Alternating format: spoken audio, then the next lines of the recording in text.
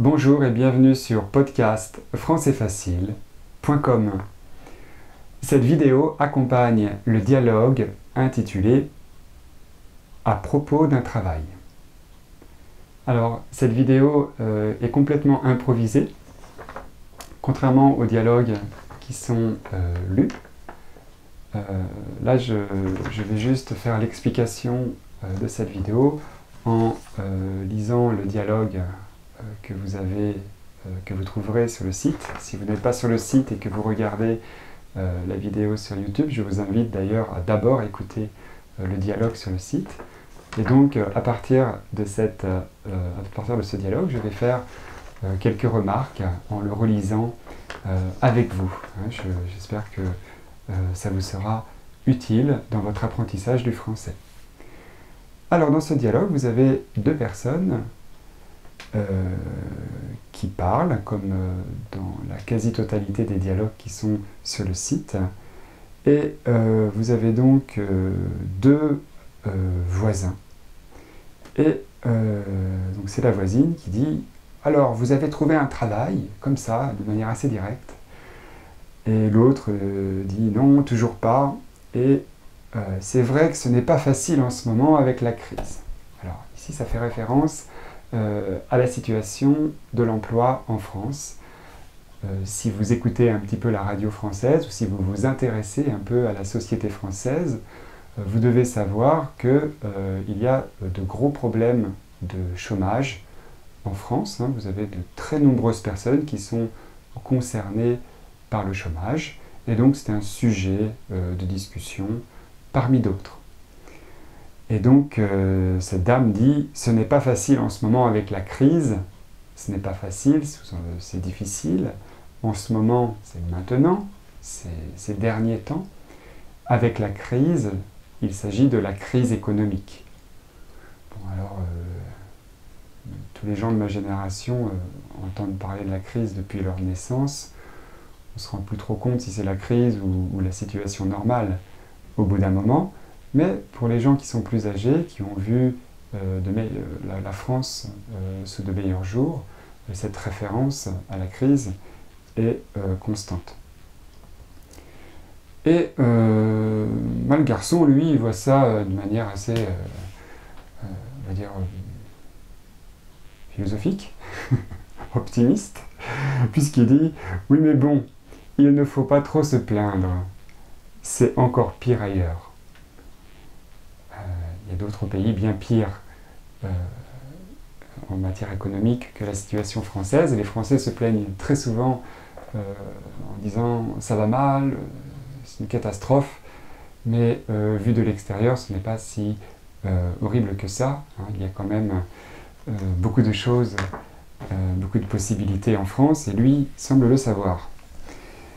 Et cette dame reste attachée à son image de la France, peut-être dans les années 70, à l'époque des 30 Glorieuses.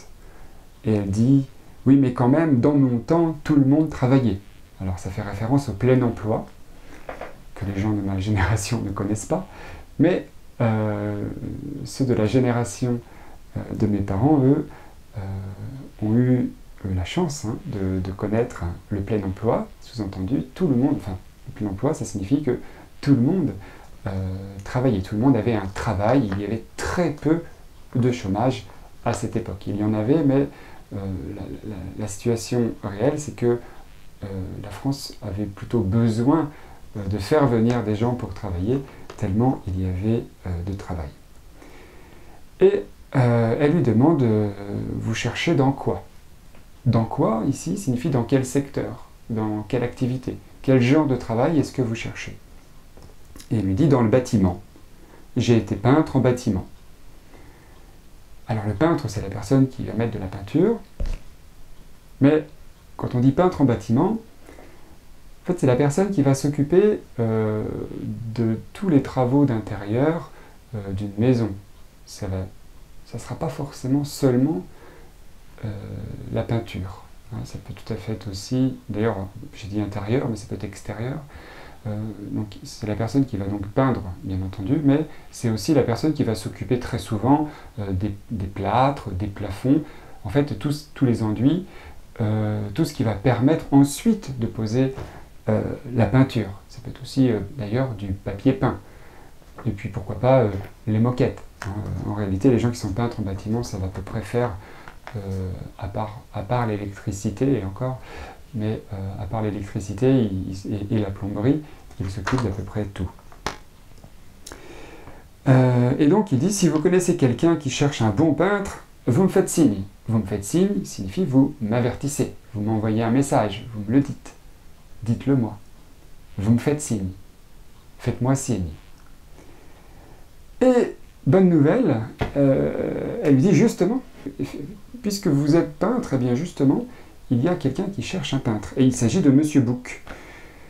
Monsieur Bouc qui lui disait que les jeunes, ils sont au chômage, mais ils ne veulent pas travailler. Ils ne veulent pas travailler. Ça aussi, c'est quelque chose qu'on entend très souvent. Il y aura toujours des gens pour dire que les gens qui sont au chômage, c'est de leur faute. Bon, ça se discute, hein. Mais bon, c'est quelque chose qu'on peut entendre. Hein. Les jeunes, ils ne veulent pas travailler. Voilà, peut-être que vous avez déjà entendu ça. En tout cas, la dame, dans le dialogue, dit que Monsieur Bouc le dit. Ce qu'il le dit vraiment. Et il cherche quelqu'un en ce moment. Donc ça, c'est la bonne nouvelle. Mais c'est pas peintre. Sous-entendu, ce n'est pas un peintre que Monsieur Bouc cherche en ce moment. Et vous n'avez qu'à aller le voir si ça vous intéresse. Donc si vous êtes intéressé pour travailler avec Monsieur Bouc, eh bien, vous n'aurez qu'à aller le rencontrer. Vous n'aurez qu'à aller le voir. Et monsieur dit, bien sûr que ça m'intéresse. Évidemment, bien sûr, je suis très intéressé. Et je peux le trouver où? C'est Monsieur Bouc. Et je peux le trouver où? Trouver, ici, sous-entendu, le rencontrer, le voir. Je peux le trouver où? Il est au chantier. Le chantier, c'est l'endroit où travaille Monsieur Bouc. Allez le voir directement là-bas. Il fait sa pause entre midi et 2. Faire sa pause, faire une pause, signifie s'arrêter de travailler pendant un certain temps, 10 minutes, 1 heure, 2 heures. En France, très souvent, les pauses déjeuner, la pause déjeuner dure entre 30 minutes et, 2 heures grand maximum. Mais c'est possible, hein, ça dépend en fait du type de travail que vous avez ici. Monsieur Bouc, s'il prend une pause de 2 heures, c'est qu'il fait un travail très physique. Et donc quand on fait un travail très physique, une pause, c'est pas 30 minutes, sinon on ne tient pas la journée. Et donc le garçon demande des précisions, il lui dit au chantier près de la gare. Au chantier qui est situé près de la gare. Monsieur Bouc, je peux trouver Monsieur Bouc, je peux rencontrer Monsieur Bouc au chantier qui est près de la gare. Et sa voisine lui dit, oui mais bon, gardez-le pour, vous le gardez pour vous, c'est-à-dire n'en parlez pas à quelqu'un d'autre, hein, vous le gardez pour vous, c'est un secret, je vous dis quelque chose, mais c'est secret, vous ne le répétez pas. Vous ne le répétez pas, vous le gardez pour vous. Il est quand même pas commode, Monsieur Bouc. Monsieur Bouc n'est pas quelqu'un de commode, c'est-à-dire que Monsieur Bouc n'est pas très facile à vivre au quotidien. En tout cas, c'est l'avis de la voisine. Peut-être que Monsieur Bouc a une manière de parler qui est un peu agressive. Peut-être que Monsieur Bouc n'est pas toujours très poli, je ne sais pas. Ou peut-être que Monsieur Bouc a mauvais caractère. En tout cas, elle trouve qu'il n'est pas commode. Commode. Et le jeune homme dit, ne vous inquiétez pas, j'ai l'habitude. Il est très motivé. Hein, donc, en tout cas, merci pour l'info. Je vous remercie pour cette information. Merci pour l'info. Si ça marche, je vous invite au resto. Et si ça marche, ici signifie si j'ai le job, si Monsieur Book m'accepte sur le chantier. Hein, je vous rappelle que Monsieur Book ne cherche pas un peintre en bâtiment, mais le garçon, lui, il est prêt à tout faire, donc a priori, ça pourrait tout à fait fonctionner. Donc si ça marche, je vous invite au resto. Il dit ça un petit peu sur le ton de la plaisanterie, mais pas forcément. Donc si Monsieur Book me prend, je vous invite au restaurant, je vous invite à déjeuner ou bien à dîner. Et la dame et sa voisine va lui dire « Ah bah ça va faire jaser dans le quartier », c'est-à-dire que dans le quartier où ils habitent, ça va jaser, c'est-à-dire qu'on va beaucoup parler de ça. Bon, je suppose que si cette voisine est un peu âgée et que lui, il est très jeune, je ne sais pas si ça va vraiment jaser dans le quartier, mais c'est peut-être aussi une réponse sous le ton de la plaisanterie. Hein, il lui dit « Si ça marche, je vous invite au resto ». Et elle, bah, ça va faire jaser dans le quartier. Si on nous voit tous les deux au restaurant, les gens vont en parler en pensant qu'il y a quelque chose entre nous. Hein, c'est un petit peu sur le ton de l'humour ici. Et ils se saluent en disant « Allez, bonne journée, bonne journée ». Alors, bonne journée, on l'utilise le matin pour dire au revoir à quelqu'un. Et on peut l'utiliser aussi l'après-midi, on va dire jusqu'au milieu de l'après-midi, vers 3 heures, 2 heures. On ne le dit pas on le dira plus le soir, c'est-à-dire après 5 heures, ça me paraît un peu tard pour dire bonne journée. Alors, une bonne journée, c'est une expression du matin, du midi et du début de l'après-midi. Voilà. C'est tout pour ce texte. C'est tout pour ce dialogue. Je vous invite à le réécouter sur le site et à répondre aux questions.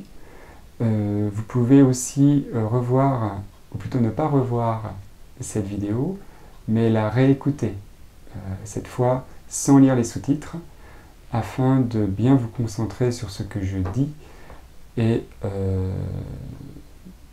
ça devrait vous aider à progresser, en tout cas en compréhension orale.